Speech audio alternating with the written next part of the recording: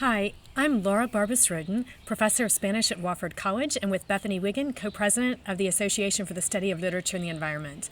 I'm happy to join you for Climate Sensing and Data Storytelling, the convening by the Penn Program in Environmental Humanities, organized virtually in May 2020, to share Rhizomatic public environmental humanities work, theories, practices, and publics from Nuestro South, USA. First, this talk will happen in 4 quick parts. The first, purpose, keyword definitions, and suite of work. 2, situating, giving the theoretical, spatial, temporal, and relational situatedness or embeddedness of our work. 3 is about research informing praxis and that space of community praxis informing further research. And then 4 is towards structural and cultural change that we might affect in the academy. Each part has a number and a slide separating it, so if you'd like to return to a part or advance at your own pace, feel free. Purpose, keyword definitions, and suite of work, part 1. My big question is this: if we as academics in the environmental humanities are heeding calls for new ethics, new knowledge creation, and political practices, what do our likely very heterogeneous responses to those calls look like? What I'm bringing is a snapshot of place-based public humanities work our teams have carried out in Spartanburg, South Carolina, related to health equity and resilience. I'm also bringing in articulation very briefly of how theory informs our practices in knowledge co-creation and political practice and the levels of scale at which we work.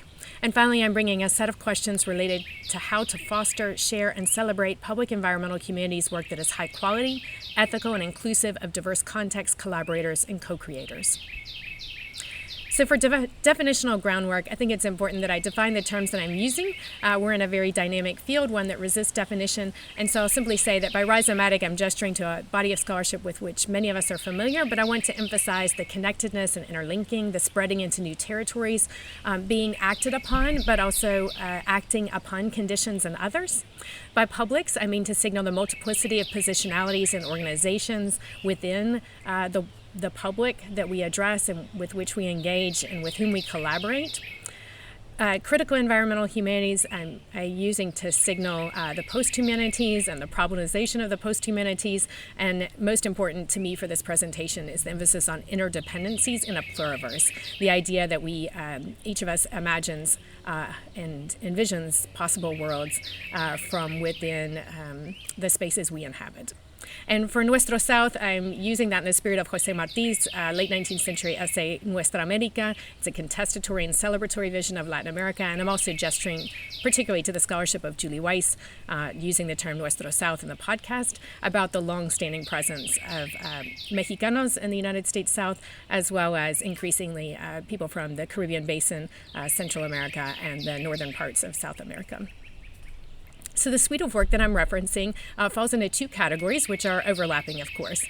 Public scholarship includes 1 qualitative study on inclusive placemaking in Latinx residents here in our county, 3 qualitative and mixed method studies on healthy eating and active living in Latinx residents, and then 3 qualitative studies related to particular geographic areas, census tracts, and zip codes related to education and health equity.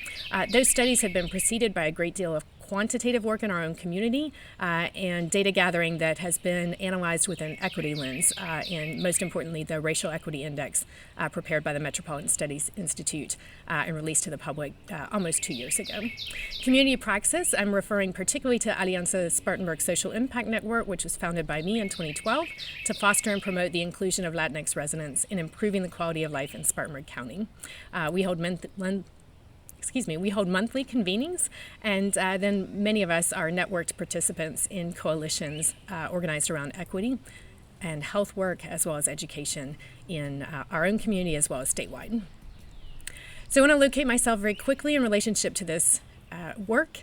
The geopolitics of my own family history are marked by colonialism. My father is Cypriot. Cyprus, one of 2 EU nations to have been a colony. It was marked by the 1974 conflict, displacement of my father's generation from the places where they grew up. My grandparents on one side of a UN Green Line and the next generation on the other, and then dispersed in a diaspora that resulted from pursuit of higher education in which intersected that geopolitical conflict affecting that country as well as many other parts of the world.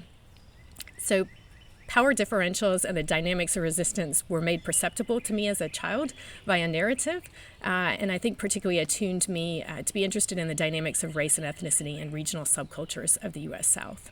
My academic training is in Latin American Studies, master's degree with background in history as well as anthropology and literary studies. And then my area of focus was, when it was still quite marginalized in the U.S. Academy, on Central American Studies. I'm the author of 2 monographs and currently very, very involved in writing about pedagogy as well as doing this place-based public scholarship. So making sense in the midst of a climate emergency is the purpose of our convening here. And so I'll read this quote from the Public Health Institute in California, which says that climate change resilience is essentially the flip side of vulnerability. It's the ability to survive, recover from, and even thrive in changing climatic conditions.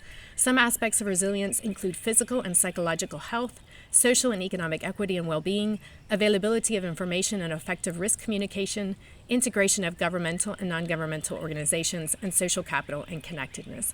And so most especially, our work is situated in this part of the climate emergency and the response to it on the part of communities worldwide. Situating, the spatial, temporal, relational, and theoretical situatedness of our work, Part 2. First, I want to define the we. The we in the research refers to undergraduate student faculty teams from Wofford College. We're a small liberal arts college in upstate South Carolina, student population of 1,750, economically, racially, and ethnically diverse. And you can see that when I'll flip to the slides of our scholarship, that our teams have been able to use their backgrounds as heritage speakers with connections to communities like our own or our own community to be able to advance the research. The We in Community Praxis is the Alianza Social Impact Network. You have there a photograph of our steering team. We are not a 501c3. We don't have a hierarchical organization. We're very horizontally networked to one another, but also to organizations that are part of our own personal or professional networks. Each of us is a steering team, and then beyond that to our group of regulars at our monthly convenings. So in terms of situation and time and place, I think when we talk about place-based public scholarship, we need to have a sense of what the context is from which it flows. And so we're in Spartanburg, South Carolina, southernmost county in Appalachia, known as the hub city for our history of rail infrastructure, important in the 19th century and early 20th century. That, of course, has given way to vehicle traffic on the interstate highway system. I-85 and I-26 interstate corridors mean that we've seen an economic boom with globalization. The light manufacturing as well as the automotive industry. The BMW North America plant is located right on the county line between our own county and the adjacent one, and a great deal of investment has been made in that revitalization of industry in upstate South Carolina. We are a city with 38,000 people, various other municipalities located throughout the county, which is quite large in geographic terms as well as diverse, and has a relatively high population. We're the region of the United States with the highest per capita foreign direct investment. And so in terms of social dynamics, we are very much connected to globalization and international trade, have seen an increase in Latinx, Latin American immigrants, first and second generation, settling in our area, very fast growing, very young population, primarily from Mexico, rural parts of Mexico, from Central America, from Colombia and Ecuador.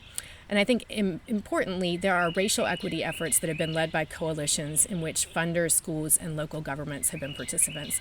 And those efforts have been ongoing for about a decade.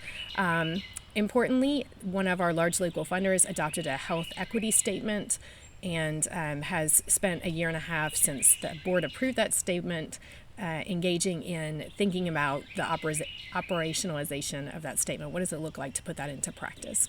And so I'll say in terms of the work that I do, I'm in an institution that has valued language education. That's not always the case in the United States.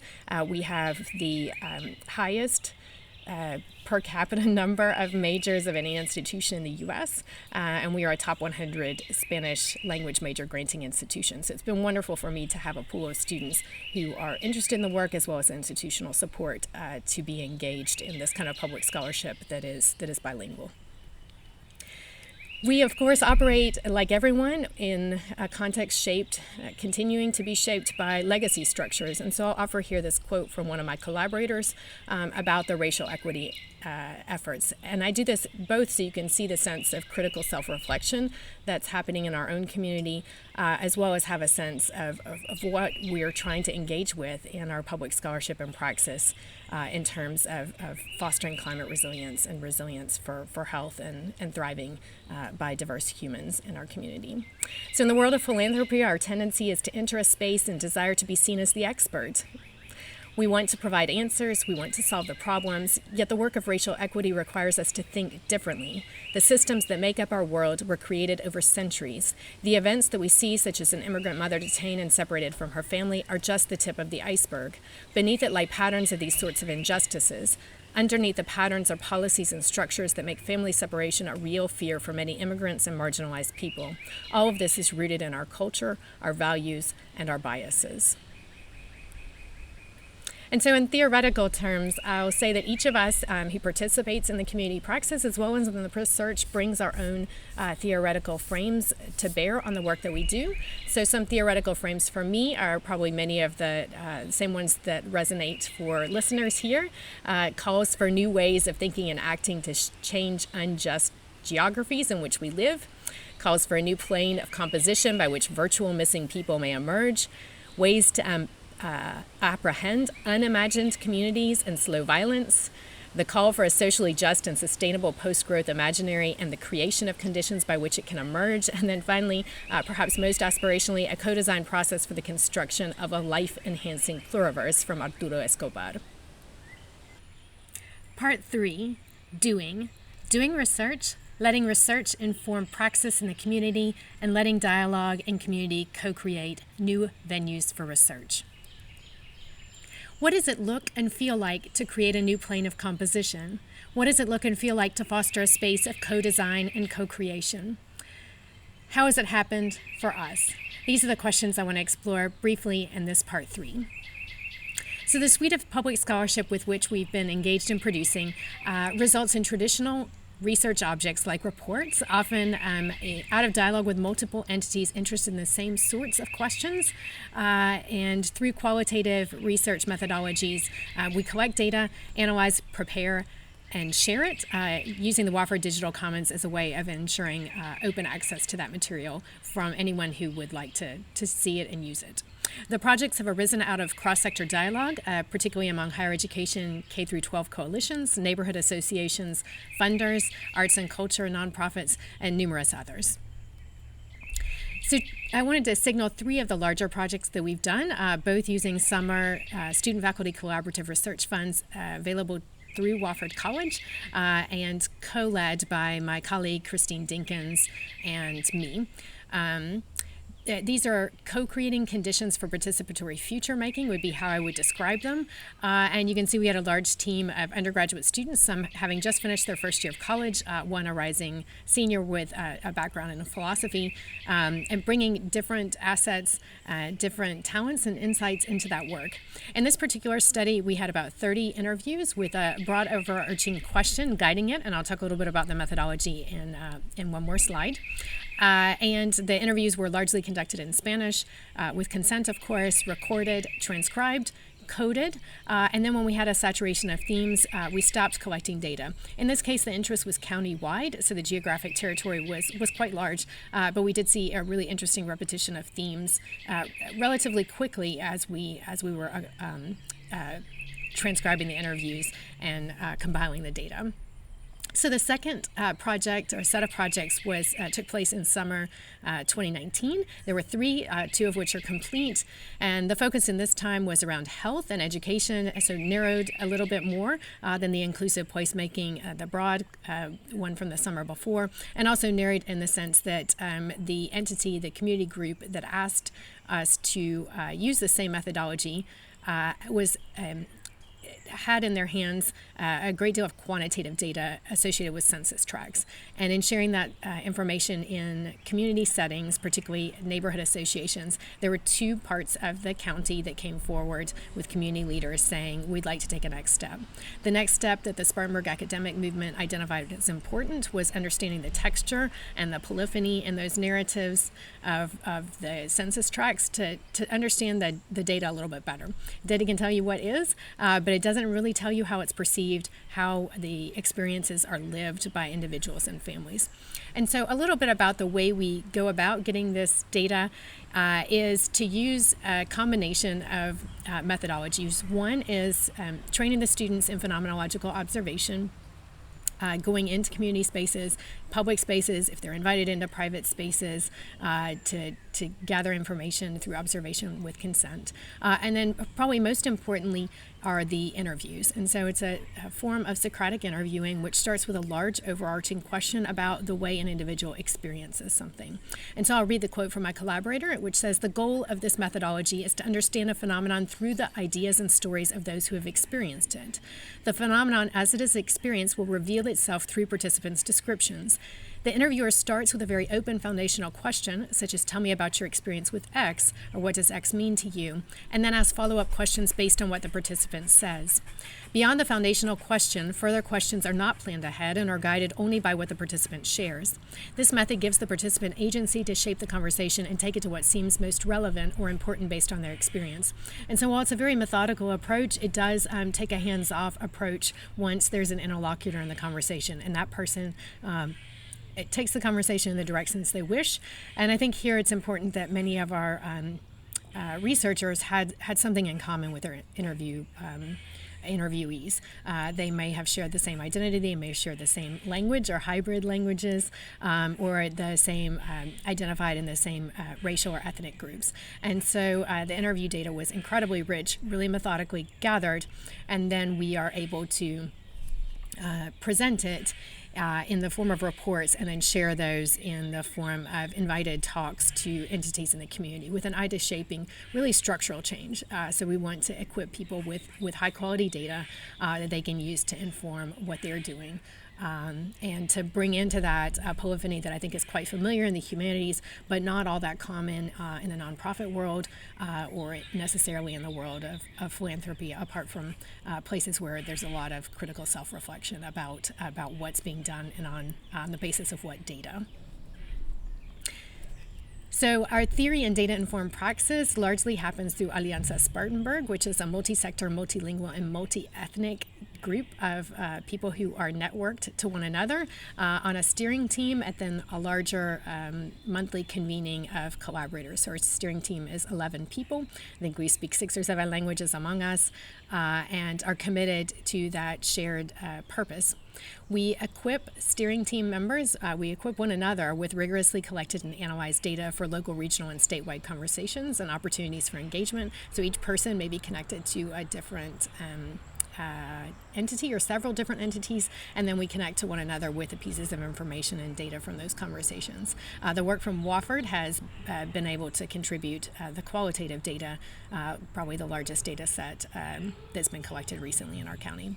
So the other piece of work that Alianza Spartanburg does is to lower the barriers for learning and collaboration for the general public through our monthly convenings, and all are invited who share a common purpose and can come just to form relationships, to learn how to take a next step in advocacy, or to bring a question to workshop with a wider network of collaborators. Towards structural and cultural change in the Academy, Part 4. As we start this section, I want to thank the ASLE leadership team in particular for the very generative conversations and generative listening we had a chance to do at our leadership retreat, and to the many wonderful and talented people that are part of that group. Many of these questions flow from those conversations that we've had in that space. So question 1 is, how might we in academic spaces cultivate recognition for work happening in public environmental humanities for the purposes of allowing for and sustaining the co-labors such work requires? Question 2, How might we work to model and encourage a heterogeneity of work in the public environmental humanities in recognition that it arises from heterogeneous context and that it engages at different levels of scale? And how do we also ensure that it is rigorous, ethical, and of high quality? Question 3. How might we foster democratic, equity-oriented, and decolonial or aspirationally decolonial practices within the public environmental humanities? Question 4. Is disambiguation needed with regard to any of the following areas in academic context, or others? Civic engagement, community-based research, global engagement. With which areas or divisions of institutional life is public environmental humanities in tension and/or in productive collaboration, and why? Question 5. If there is an aspiration or an imperative from institutions or funders for engagement with impact in social, political, spatial, or material life, with whom must we in the humanities be collaborating? What are the mechanisms for their inclusion? And what acknowledgments and supports for co-laboring are there for each collaborator according to the roles and identities they have and bring into the work? Here are the references from the earlier slides. The suite of place-based public scholarship we've produced, and that's available on the Digital Commons. And then my contact information, along with immense thanks to the Penn Program in Environmental Humanities for this convening and for all the immense work that you did to pivot to make this a virtual conference instead of an in-person one. Thank you, and thank you all.